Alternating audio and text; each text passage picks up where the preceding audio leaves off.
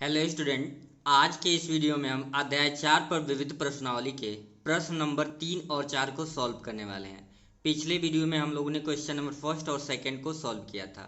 विविध प्रश्नावली के सारे प्रश्न बहुत ही महत्वपूर्ण है, तो इस पूरे विविध प्रश्नावली के सारे क्वेश्चन को सॉल्व करें और अच्छे से तैयार करें। ठीक है, तो इस वीडियो को पूरा अंत तक देखें। क्वेश्चन नंबर 3 और 4 आपको बहुत ही अच्छे तरीके से समझ आ जाएगा। क्वेश्चन नंबर 3 की बात करें, ये दिया है cos alpha cos beta cos alpha sign beta minus sine alpha minus sine beta cos beta zero sine alpha cos beta sine alpha into sine beta and cos alpha का मान ज्ञात किए। तो निकालते हैं, या तो पहली पंक्ति या तो पहले स्तंभ के अनुसार आप इसे क्या कर सकते हो, तोड़ सकते हो। तो मैं यहाँ पे इसे पहली पंक्ति के अनुसार क्या कर रहा हूँ, तोड़ रहा हूँ। तो पहली पंक्ति के अनुसार जब तोड़ेंगे इसे तो क्या होगा, cos alpha cos into cos beta है। तो आप जानते हैं कि जिस एलिमेंट को लेते हैं उसके स्तंभ को और उसके पंक्ति को छोड़ते हैं तो क्या बचेगा, ये बचेगा आपका कॉस बीटा जीरो और फिर क्या है sign alpha into sine beta और यहाँ पे आपका है कॉस अल्फा। ये हो गया। प्लस के बाद से आता है माइनस, तो ये एलिमेंट के बाद से ए आएगा और ये क्या है आपका कॉस अल्फा साइन बीटा। तो यहाँ पे इसके स्तंभ और इसके पंक्ति को छोड़ेंगे, माइनस साइन बीटा, तो यहाँ पे लिख लीजिए माइनस साइन बीटा ज़ीरो और क्या है आपका साइन अल्फा कॉस बीटा। और यहाँ पे फिर अगर देखें तो क्या है आपका, देखिए इस एलिमेंट को लिए हैं तो ये छुटिया स्तंभ और ये पंक्ति, तो minus sine beta sine alpha into cos beta zero और कॉस अल्फा, तो ये हो गया।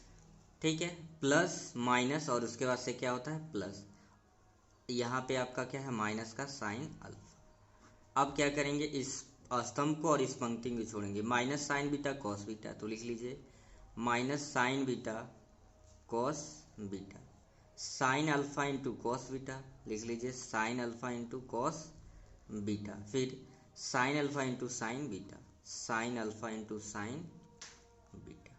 ठीक है, अब इसे सॉल्व करते हैं। तोड़ लिया गया है, बस इसे अब क्या करना है, सॉल्व करना है।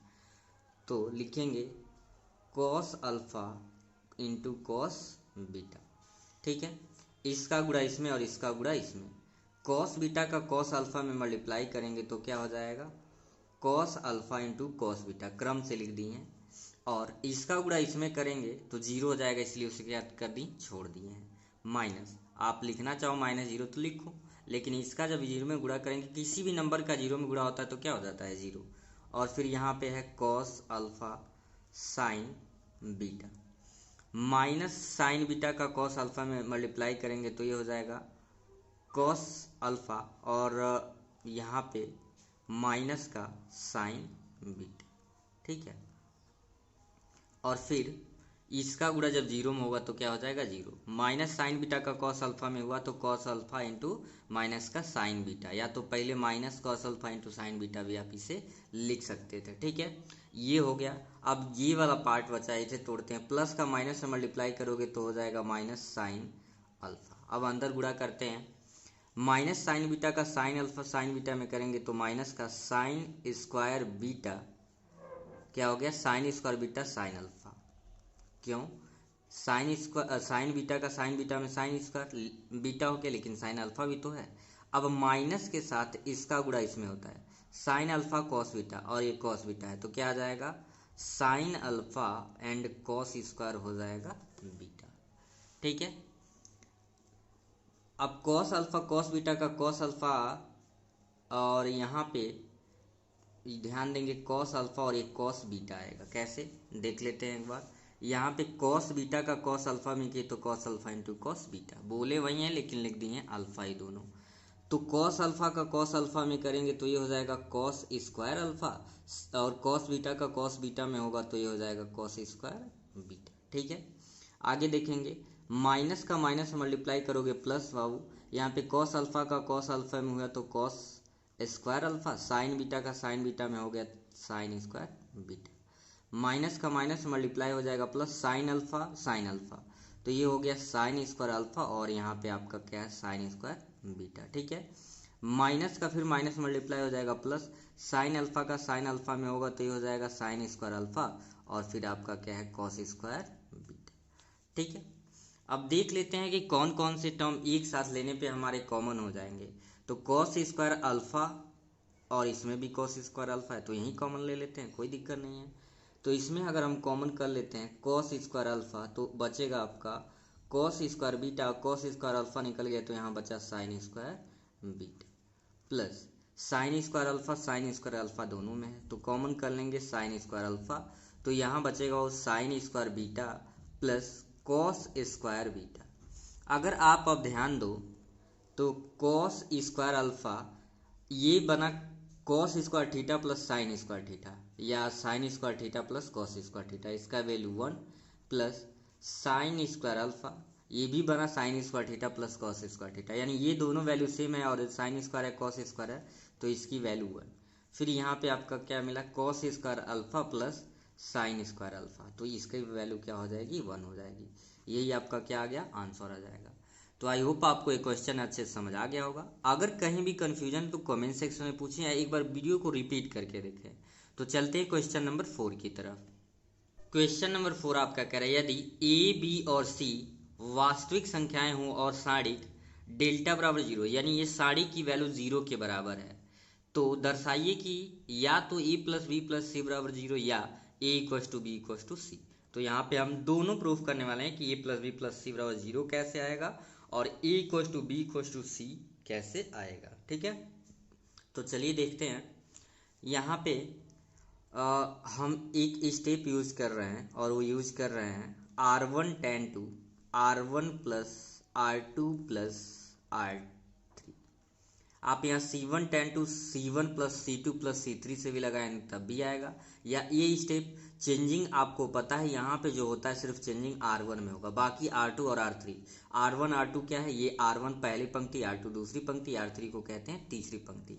C1 C2 C3, C मतलब कॉलम मतलब स्तंभ, C1 C2 C3 ऐसे R1 R2 R3। तो चेंजिंग किस में होगा, सिर्फ R1 में होगा।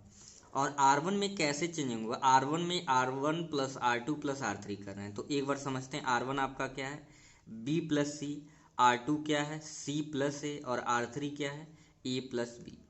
तो अगर ध्यान दे तो A और A आपका हो जाएगा 2A, B और B हो जाएगा 2B, C और C क्या हो गया 2C, यानी 2 कॉमन करेंगे तो A plus B plus C, और यही सब में आएगा। अगर इसमें चेंज करेंगे C1 plus A plus B B plus C, यही सब में आएगा।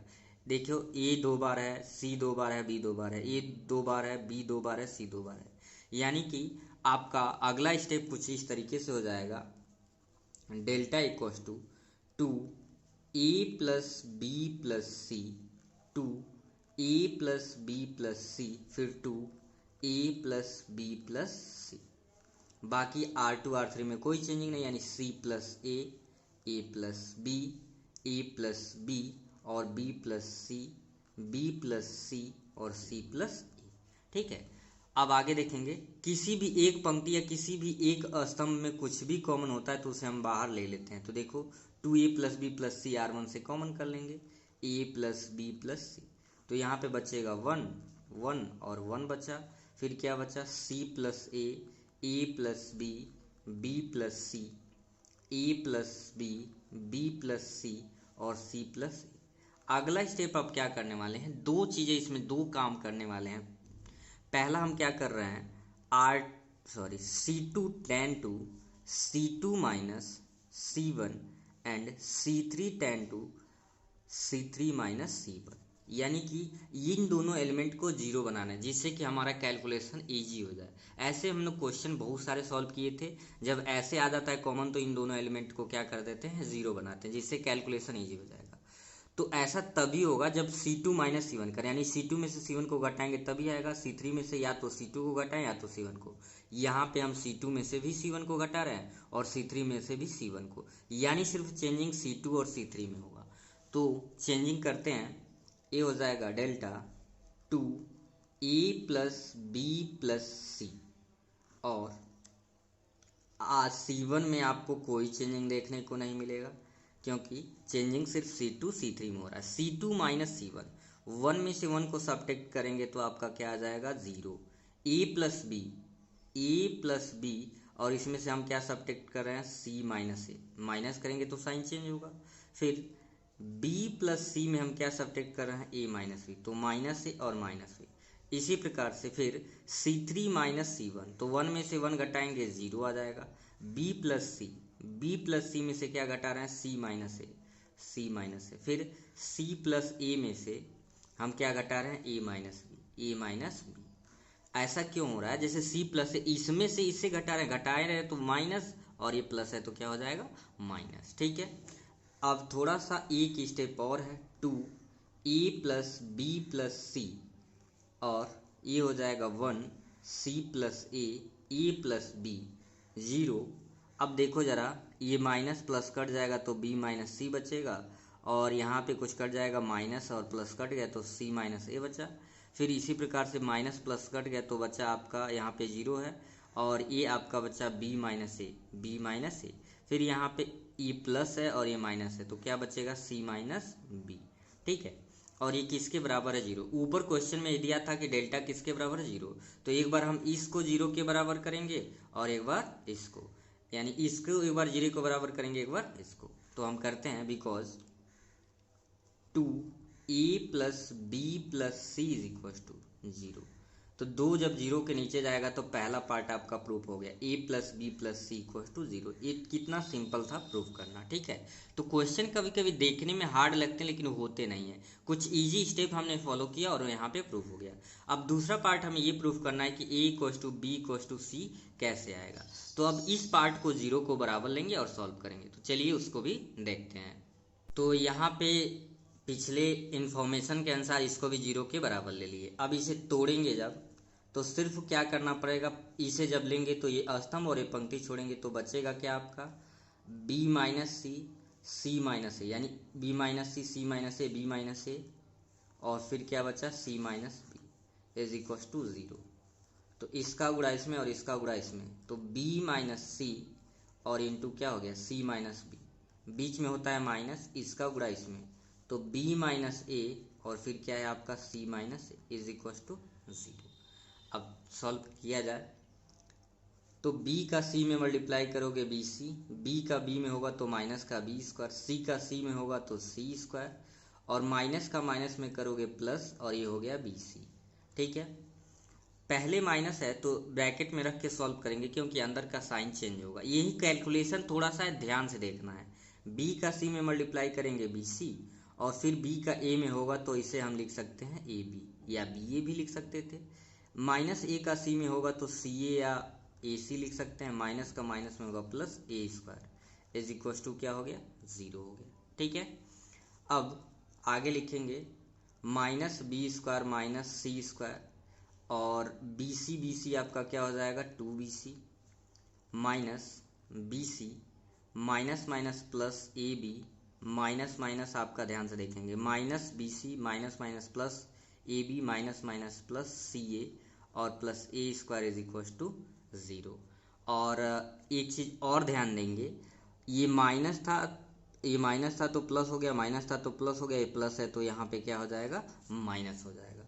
तो फाइनली ये हो जाएगा minus a square minus B square minus C square, और bc है और bc है तो प्लस a क्या हो जाएगा, bc, मतलब 2bc में से bc गया, प्लस ab और प्लस क्या हो जाएगा, ca इज इक्वल टू 0।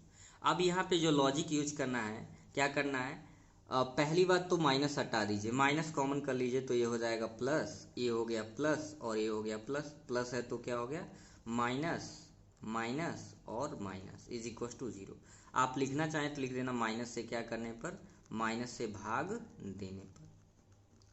अब अगले स्टेप में क्या कर रहे हैं, 2 से गुणा करने पर, 2 से गुणा करने पर। आप कहोगे सर क्यों 2 से गुणा कर रहे हैं, तो आगे अभी एक स्टेप और जब समझेंगे तो आपको समझ आ जाएगा कि ऐसा हम क्यों कर रहे हैं। अब 2 से जब गुणा करेंगे तो सारे एलिमेंट में ये होगा 2a square plus 2b square plus 2c square minus 2bc minus 2bc minus 2ab और minus 2ca is equal to 0। आप ध्यान देखिए, ए स्क्वायर को हम लिख देते हैं A square plus B square और माइनस 2ab, एक पास हो गया।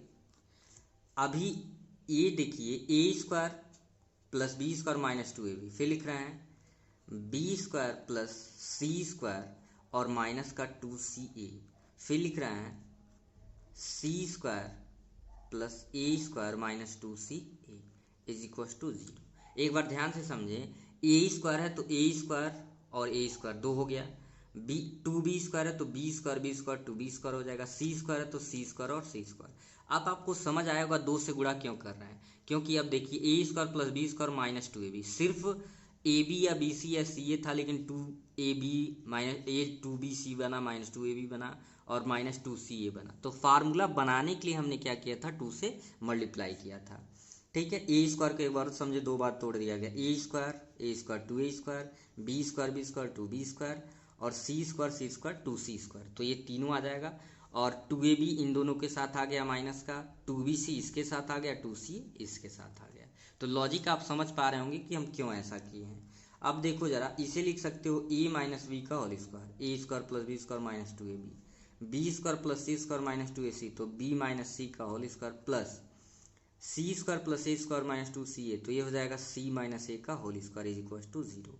अब एक कंडीशन आपको याद रखना है, if X square plus Y square plus Z square equal to 0 then x बराबर 0, वाई बराबर 0 एंड जेड बराबर क्या होता है 0। अगर ऐसा कहीं कंडीशन आ जाता है तो, यानी X square plus Y square equal to Z square है 0, तो एक्स भी 0 के बराबर, वाई भी 0 के बराबर और जेड भी क्या करते हैं 0 के बराबर।